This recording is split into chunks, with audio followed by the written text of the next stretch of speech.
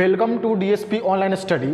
आज के क्लास में हम लोग पढ़ेंगे क्या, सेल यानी कि कोशिका के बारे में, जो कि क्लास 9th और क्लास 11th के लिए बहुत ज़्यादा इंपॉर्टेंट है। आइए देखते हैं सेल क्या होता है। सेल क्या होता है तो cell is the structure and functional unit of life. बोल सकते हैं कि सेल जो होता है, कोशिका जो होता है, हमारे जीवन के आधारभूत संरचनात्मक एवं क्रियात्मक इकाई है। दूसरा क्या बोल सकते हैं, दूसरा बोल सकते हैं कि cell is the fundamental unit of life. मतलब कोशिका जो है क्या है, हमारे जीवन के आधारभूत इकाई है। क्या है, कोशिका हमारे जीवन के आधारभूत इकाई है। The fundamental unit of life is called cell. अच्छा, ये भी बोल सकते हैं कि कोशिका जो है हमारे शरीर के छोटी इकाई है। Cell is the smallest unit of life. हमारे जीवन के क्या है, छोटी इकाई है। सेल की खोज कौन किया, तो सेल की खोज, कोशिका की खोज किया था एक वैज्ञानिक थे, रॉबर्ट हुक। 1665 ईस्वी में एक वैज्ञानिक कौन थे, रॉबर्ट हुक। उन्होंने क्या किया, सेल की खोज किया। इसके बाद अगर पूछे कि जीवित कोशिका की खोज कौन किया, तो जीवित कोशिका की खोज किया एंटोनी वान ल्यूवेनहुक। किसमें किया, तो बैक्टीरिया में किया। बैक्टीरिया को जीवाणु भी बोलते हैं, हिंदी में क्या बोलते हैं, जीवाणु, इंग्लिश में बैक्टीरिया। बैक्टीरिया जो है हमारे लिए उपयोगी भी है और हमारे लिए हानिकारक भी है। बैक्टीरिया उपयोगी कैसे है, तो बैक्टीरिया दूध से दही बनने में कौन मदद करता है, तो बैक्टीरिया ही मदद करता है। फिर इसके बाद बैक्टीरिया जो है कोई भी जैसे बीमारी, जैसे टाइफाइड हो गया, कलरा हो गया, बुखार हो गया, ये सब किसके कारण होता है, बैक्टीरिया के कारण। बैक्टीरिया क्या है, हमारे लिए हानिकारक है। बैक्टीरिया जो है ज़्यादा टेम्परेचर में क्या होता है, ज़्यादा ग्रोथ करता है, ज़्यादा वृद्धि होता है। और सेल के अध्ययन हम लोग कहाँ पे करते हैं, तो सेल के अध्ययन हम लोग करते हैं साइटोलॉजी में। आइए देखते हैं इसको बारी बारी से कि सेल क्या होता है। तो सेल होता है, सेल को हिंदी में बोलते हैं कोशिका। तो कोशिका क्या है, कोशिका हमारे जीवन के क्या है, कोशिका हमारे जीवन के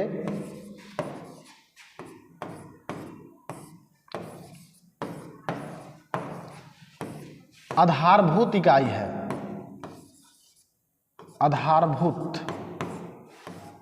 आधारभूत इकाई है।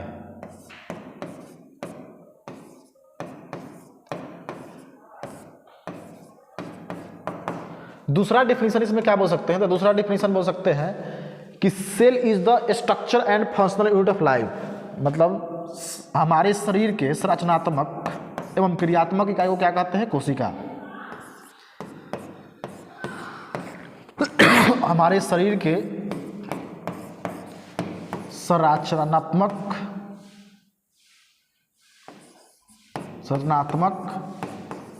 एवं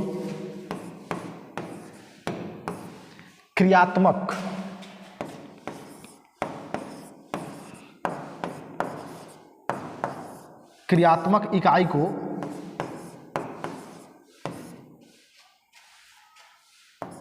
कोशिका कहते हैं।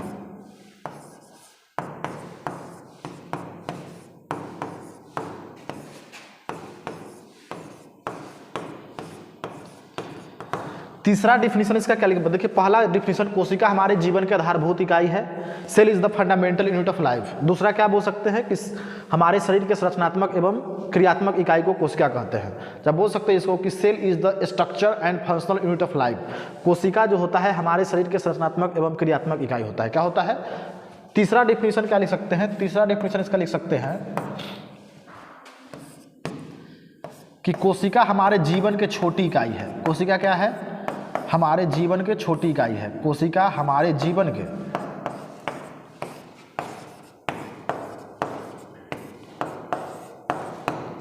छोटी इकाई है।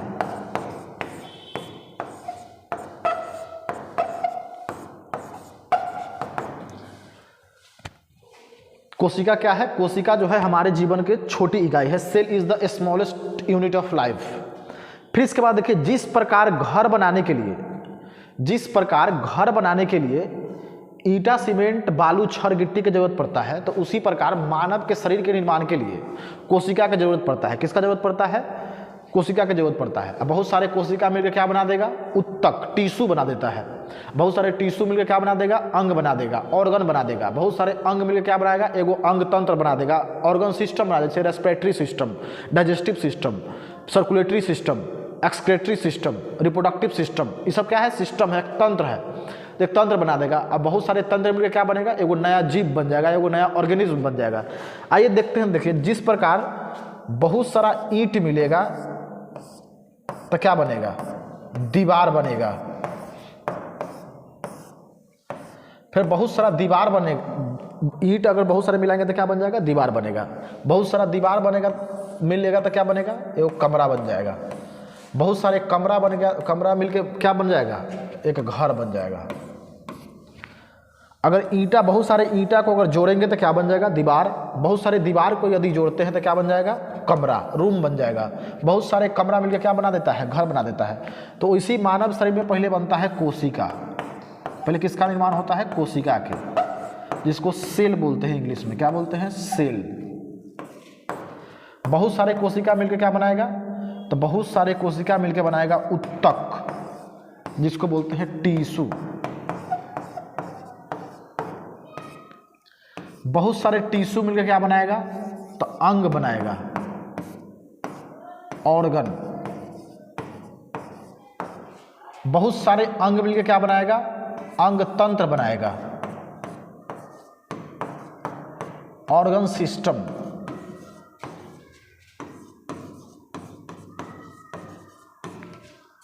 बहुत सारे अंग तंत्र मिलकर क्या बनाएगा, तो एक जीव बना देगा। एक क्या बना देगा, जीव, यानी कि ऑर्गेनिज्म बना देगा।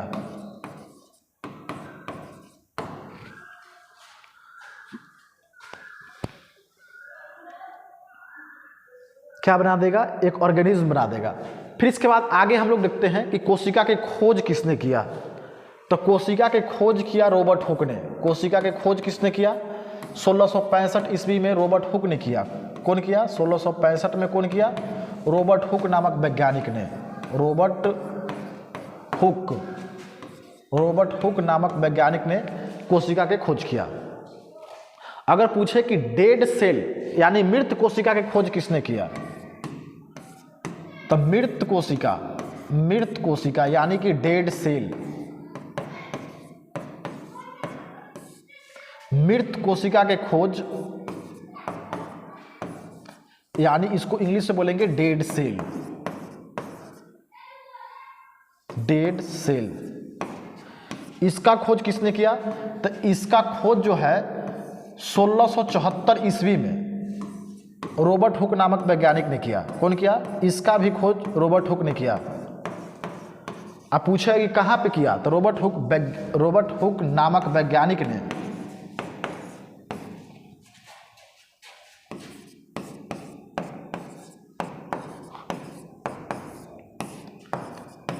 कॉर्क में किया। कहां पे किया, कॉर्क में। फिर इसके बाद देखिए जीवित कोशिका के खोज। जीवित कोशिका के खोज कौन किया, एंटोनी वान ल्यूवेनहुक। कहां पे किया, बैक्टीरिया में किया। एग्जाम में क्वेश्चन कई बार रिपीट हो चुका है कि मृत कोशिका के खोज कौन किया, तो रॉबर्ट हुक। और जीवित कोशिका के खोज, तो जीवित कोशिका के खोज किया एंटोनी वान ल्यूवेनहुक ने। जीवित कोशिका यानी लिविंग सेल, लिविंग सेल, इसका खोज कौन किया, तो इसका खोज किए एंटोनी वान ल्यूवेनहुक। एंटोनी वान ल्यूवेनहुक। ल्यूवेनहुक ने बैक्टीरिया में किया। बैक्टीरिया में किया। कहाँ पे किया, बैक्टीरिया में किया, यानी कि जीवाणु में किया। फिर इसके बाद अगर पूछा जाए कि सेल के अध्ययन हम लोग कहाँ पे करते हैं, तो सेल के अध्ययन करते हैं हम लोग साइटोलॉजी में, यानी कि सेल बायोलॉजी में। इसको सेल बायोलॉजी भी बोल सकते हैं, साइटोलॉजी भी बोल सकते हैं। उसमें सिर्फ सेल के बारे में पढ़ाया जाता है, तो cytology, study of cell is called cytology. Cytology या इसी को बोलते हैं सेल बायोलॉजी।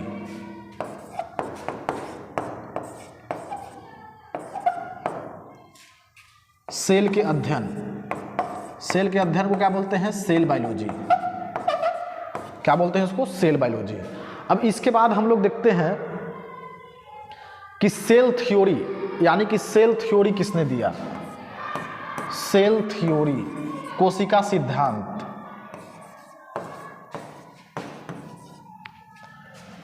कोशिका सिद्धांत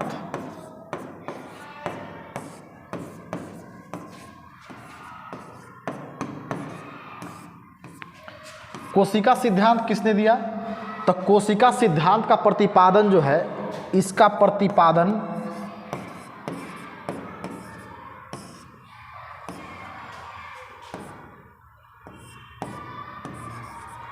एम स्लेडेन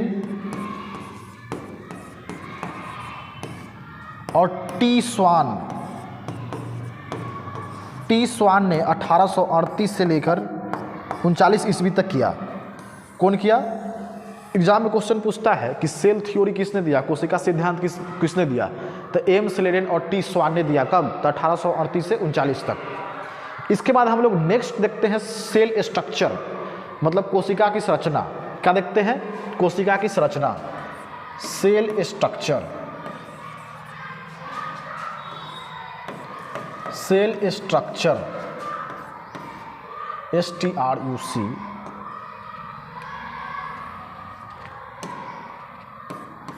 सेल स्ट्रक्चर, इसको बोलते हैं कोशिका संरचना। कोशिका संरचना।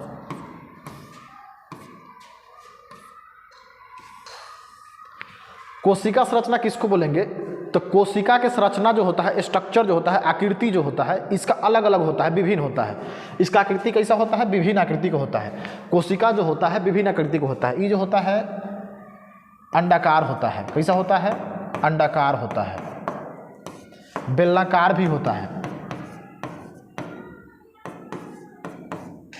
त्रिभुजाकार भी होता है,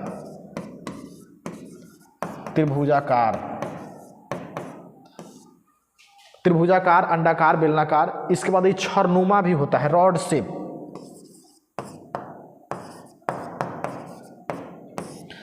कोशिका के स्ट्रक्चर कैसा होता है, संरचना कैसा होता है, आकृति कैसा होता है? तो ये त्रिभुजाकार होता है, यानी कि रेक्टेंगुलर, त्रिभुजाकार बोल सकते हैं इसके, ट्रायंगुलर होता है। कैसा होता है? ट्रायंगुलर होता है।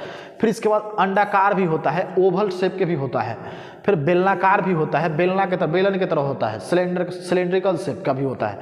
फिर छरनुमा होता है, रॉड शेप का भी होता है कोशिका। कैसा होता है? रॉड शेप का। अगर इसमें क्वेश्चन पूछे कि सबसे छोटा कोशिका किसका होता है, तो सबसे छोटा कोशिका होता है माइकोप्लाज्म के। सबसे छोटा कोशिका किसका होता है? तो सबसे छोटा कोशिका माइकोप्लाज्म को होता है। सबसे छोटा कोशिका माइकोप्लाज्म के होता है। सबसे छोटा कोशिका किसका होता है? माइकोप्लाज्म को। अगर पूछे कि पृथ्वी पर सबसे छोटा एक कोशिकीय जीव कौन है, तो वो भी है माइकोप्लाज्म। माइकोप्लाज्म को जोकर या बहुरूपिया भी बोला जाता है। बहुरूपिया इसलिए बोला जाता है जोकर, क्योंकि वो जो है अपने दुश्मन से बचने के लिए, वो अपने दुश्मन से बचने के लिए 12 गो रूप धरते रहता है, अलग अलग अपना रूप परिवर्तन करते रहता है। तो जो रूप को अलग अलग रूप परिवर्तन करे उसको क्या बोलते हैं? बहुरूपिया। जो 12 को खेला खेले उसको क्या बोलेंगे? बहुरूपिया। तो सबसे छोटा कोशिका किसका होता है? तो सबसे छोटा कोशिका होता है माइकोप्लाज्म के।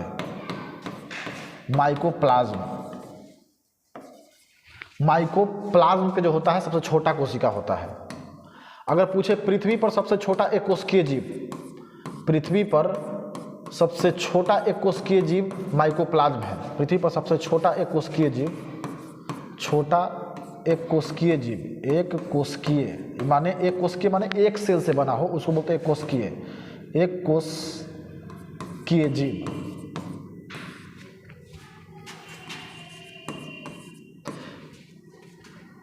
माइकोप्लाज्म को कहते हैं।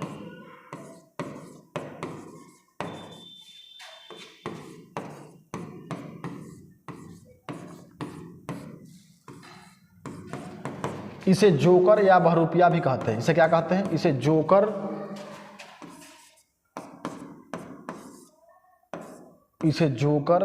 या बहुरूपिया भी कहते हैं।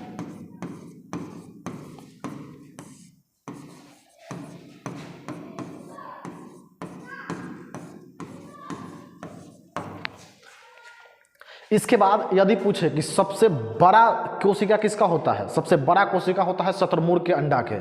लगभग 130 mm से लेके 170 mm तक होता है। शतुरमुर्ग का जो कोशिका होता है अंडा, शतुरमुर्ग के अंडा के होता है जो सबसे बड़ा होता है। सबसे बड़ा कोशिका, सबसे छोटा पूछे, सबसे छोटा कोशिका पूछे तो किसका? माइकोप्लाज्म के। सबसे बड़ा कोशिका पूछे तो किसका? शतुरमुर्ग के अंडा के। शतुरमुर्ग के अंडा जो होता है लगभग 1.5 किलो का होता है। ऐसे गूगल के अनुसार माने तो 1.4 केजी का होता है, लेकिन लगभग उसको अप्रॉक्स मान के चलते हैं 1.5 केजी, लगभग 1.5 केजी का उसका अंडा होता है। और उसका कोशिका जो होता है 130 mm से लेकर 170 mm तक होता है। तो सबसे बड़ा कोशिका किसका? सबसे बड़ा कोशिका ऑस्ट्रिच के एग का होता है। सबसे बड़ा कोशिका, सबसे बड़ा कोशिका ऑस्ट्रिच, ऑस्ट्रिच यानी शतुरमुर्ग,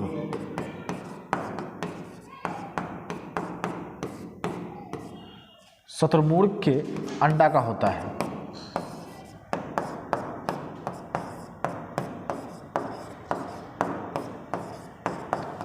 लगभग 130 mm से लेकर 170 mm तक। अगर पूछे कि सबसे लंबा कोशिका किसका होता है, तो सबसे लंबा कोशिका होता है न्यूरॉन का। किसका होता है? न्यूरॉन का। न्यूरॉन जो होता है दिमाग में पाया जाता है। कहाँ पे पाया जाता है? दिमाग में पाया जाता है। न्यूरॉन कहाँ पे पाया जाएगा? दिमाग में पाया जाता है। न्यूरॉन किसको बोलते हैं? तंत्रिका तंत्र के संरचनात्मक एवं क्रियात्मक इकाई को क्या बोलते हैं? न्यूरॉन बोलते हैं। The structure and function unit of nervous system is called neuron. सबसे लंबा कोशिका किसका होता है? तो न्यूरॉन के होता है। सबसे लंबा कोशिका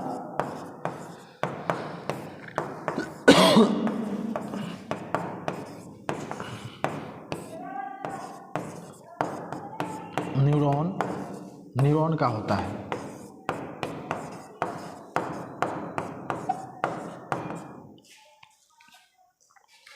यदि पूछे कि मनुष्य में सबसे बड़ा कोशिका किसका होता है, तो मनुष्य, देखिए सबसे बड़ा कोशिका होता है शतुरमुर्ग के अंडा के। लेकिन यदि क्वेश्चन पूछे मनुष्य में सबसे बड़ा कोशिका किसका होता है, तो मनुष्य में सबसे बड़ा कोशिका होता है ओवम, जो फीमेल से निकलता है ओवम। मेंस्ट्रुएशन साइकिल के बाद, फीमेल के मेंस्ट्रुएशन साइकिल के बाद जो फीमेल से निकलता है ओवम, अंडाणु, उसका कोशिका जो होता है सबसे बड़ा होता है। अब मनुष्य में पूछे कि मनुष्य में सबसे छोटा कोशिका किसका होता है, तो स्पर्म का, जो मेल से निकलता है टेस्टोस्टेरोन हार्मोन के कारण, उसको बोलते हैं स्पर्म, शुक्राणु। जब ओवम और स्पर्म जब मिलता है तो क्या होता है? नए बच्चे का निर्माण होता है, तो उसको क्या बोलेंगे? स्पर्म। तो सबसे छोटा कोशिका अगर मनुष्य में पूछे तो स्पर्म का होता है। अगर मेल में पूछे, सॉरी मेल में यानी पुरुष में पूछे तो किसका होगा? स्पर्म का। अगर इसमें पूछे, महिला में पूछे तो किसका? ओवम का। जब पूछे डायरेक्ट पूछा कि मनुष्य में सबसे बड़ा कोशिका किसका होता है, तो ओवम का, अंडाणु का होता है। और मनुष्य में सबसे छोटा कोशिका किसका? तो स्पर्म का होता है, शुक्राणु का। तो यहाँ पे लिखेंगे मनुष्य में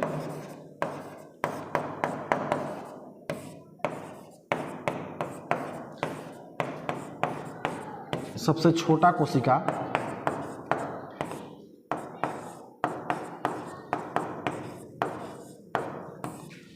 स्पर्म, स्पर्म यानी शुक्राणु, शुक्राणु का होता है।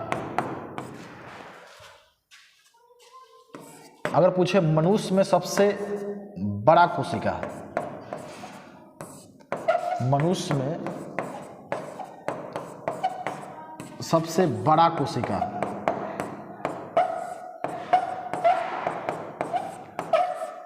तो मनुष्य में सबसे बड़ा कोशिका होता है ओवम के। ओवम यानी अंडाणु, अंडाणु का जो कोशिका होता है सबसे बड़ा होता है। इसके बाद हम लोग आगे देखते हैं types of cell on the basis of nucleus, मतलब केंद्रक के आधार पर, केंद्रक के आधार पर सेल जो है कई प्रकार का होता है। तो केंद्रक के आधार पर सेल जो होता है दो प्रकार का होता है। एक होता है प्रोकैरियोटिक सेल, एक होता है eukaryotic cell.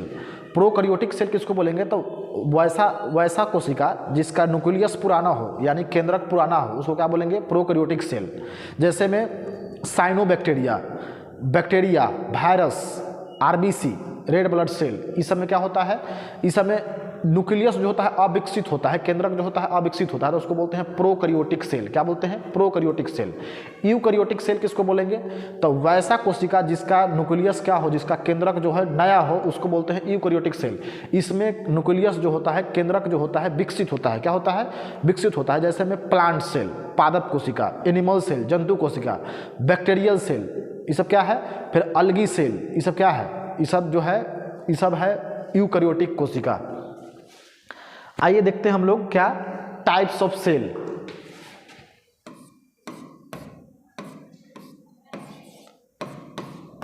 Types of cell. तो सेल जो होता है दो प्रकार का होता है। पहला है types of cell on the basis of nucleus, nucleus के आधार पे। पहला है प्रोकैरियोटिक सेल,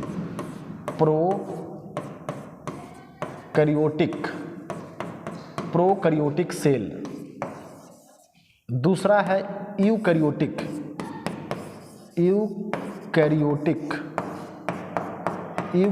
सेल।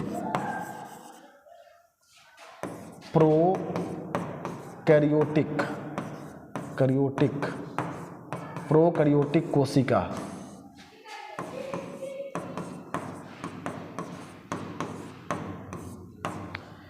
इसको बोलते हैं यूकैरियोटिक कोशिका, यूकैरियोटिक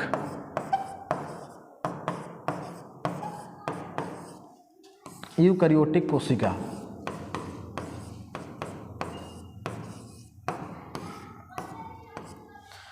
अच्छा, प्रोकैरियोटिक जो है इसको एकदम बेसिक से देखते हैं। प्रोकैरियोटिक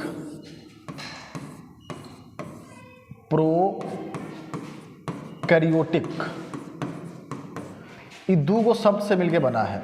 एगो बना है प्रो, दूसरा मिलके बना है कैरियोटिक। देखिए, प्रो के मतलब होता है प्रीमिटिव्स,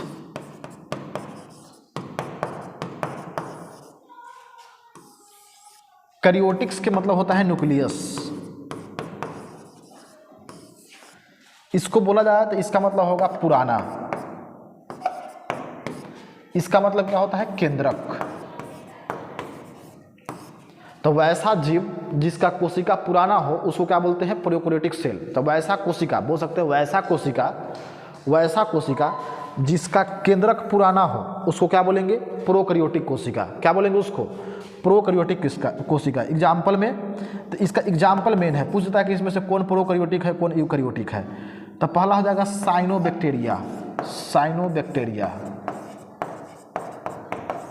अच्छा, जिसका केंद्रक पुराना होगा वो विकसित होगा, तो वो अच्छे तरीक़ा से उसका न्यूक्लियस जो होगा, केंद्रक जो है अविकसित होगा, उतना विकसित नहीं होगा, थोड़ा थोड़ा विकसित होगा, अविकसित बोल सकते हो उसको। क्या होगा? उसका न्यूक्लियस जो है, केंद्रक जो होगा अविकसित होगा। क्या होगा? अविकसित होगा। तो साइनोबैक्टीरिया क्या है? साइनोबैक्टीरिया। फिर एक बाद आरबीसी, रेड ब्लड सेल, ये सब क्या है? इस सब में पाया जाता है प्रोकैरियोटिक सेल। फिर इसके बाद बैक्टीरिया सेल।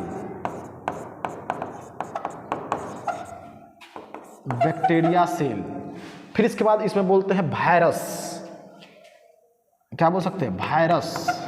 वायरस भी क्या है? प्रोकैरियोटिक सेल है। क्या है? प्रोकैरियोटिक कोशिका। फिर इसके बाद हम लोग क्या बोल सकते हैं? तो एक चीज और बोल सकते हैं हम लोग, ग्रीन अलगी, हरित शैवाल, चाहे ब्लू ग्रीन अलगी, नील हरित शैवाल। अब इसके बाद हम लोग देखते हैं आगे यूकैरियोटिक सेल। तो यूकैरियोटिक सेल क्या होता है?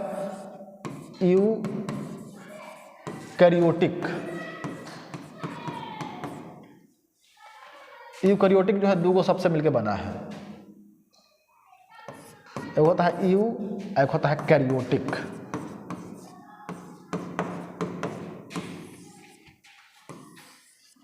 इसका मतलब होता है न्यू, यानी कि नया। इसका मतलब होगा न्यूक्लियस। न्यू मतलब क्या होता है? नया। न्यूक्लियस मतलब केंद्रक।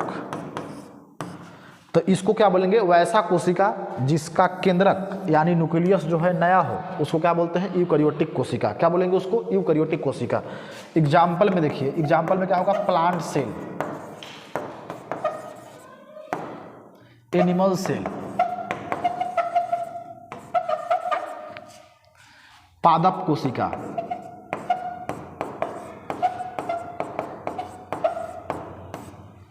इसके बाद है जंतु कोशिका। क्या है? जंतु कोशिका। फिर इसके बाद हम लोग अगले क्लास में पढ़ेंगे पार्ट्स ऑफ सेल के बारे में। धन्यवाद।